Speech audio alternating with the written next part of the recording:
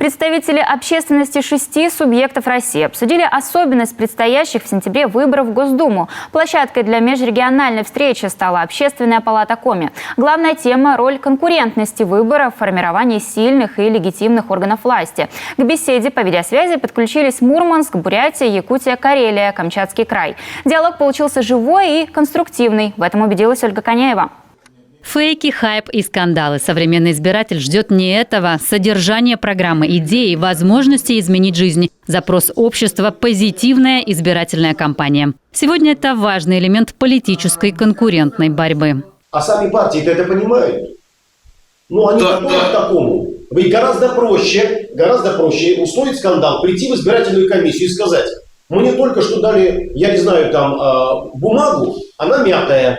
Это специально сделано. Партии это понимают, политические игроки это понимают. Но почему они это стали понимать?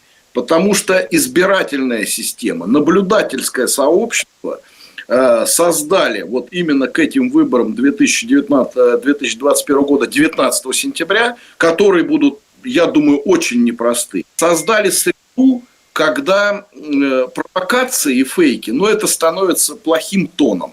Это не солидно, и это работает не на имидж партии. Политологи и электоральные юристы, члены и эксперты Общественной палаты Карелии, Камчатки, Якутии и Мурманской области Коми обсудили ситуации в своих регионах. Везде жесткий контроль за соблюдением законодательства на всех этапах выборов. И роль Общественной палаты в этом плане одна из весомых. Где-то кого-то не допускают до выборов, где-то какой-то партии кандидатам не дают возможности общения.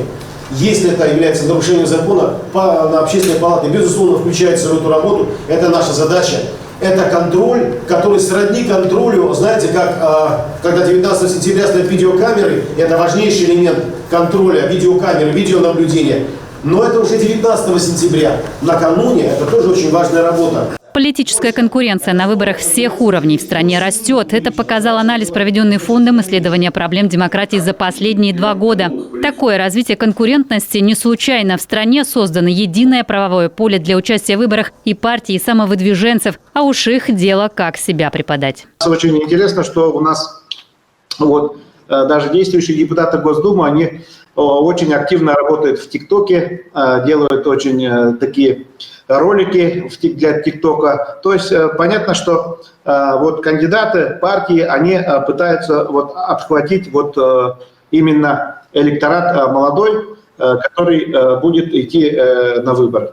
Количество партий участников выборов увеличилось в регионах до 11. У каждой своя программа. Выбор стал больше. Избиратель может подобрать близкую для себя по идеологии и духу. Как результат, в составе заксобраний субъектов теперь не только партии так называемой высшей лиги, а руководителями поселений становятся представители не только элиты. На выборах депутатов Государственного совета Республики Коми в прошлом году, на наш взгляд, было беспрецедентное количество политических партий, которые изъявили желание участвовать в этих выборах.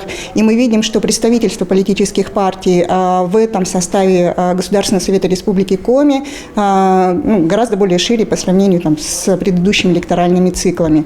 Коми – прогрессивный политический субъект, отмечают эксперты. Яркие кандидаты, программы, нестандартные подходы. На пост в Госдуму пока выдвинулись 3 претендента, ожидается еще 4. Кроме того, в сентябре жителям Коми предстоит выбрать почти 1300 депутатов поселений. Именно этот уровень отражает реальную работу партий. Не только на районные и на региональные, госсоветы и советы муниципальных районов городских округов, но и советы сельских и городских поселений стали интересовать теперь наши политические партии. Ситуация на самом деле будет очень горячая. Но основная проблема там в том, что очень проблема с кадрами. Появится ли в Госдуме новая политическая партия накануне выборов? Это один из главных вопросов. Избирательная система страны позволяет обеспечить подлинную политическую конкуренцию. Такую формальные кандидаты не выдержат. Ольга Коняева, Алексей Паршуков, телеканал Юрган.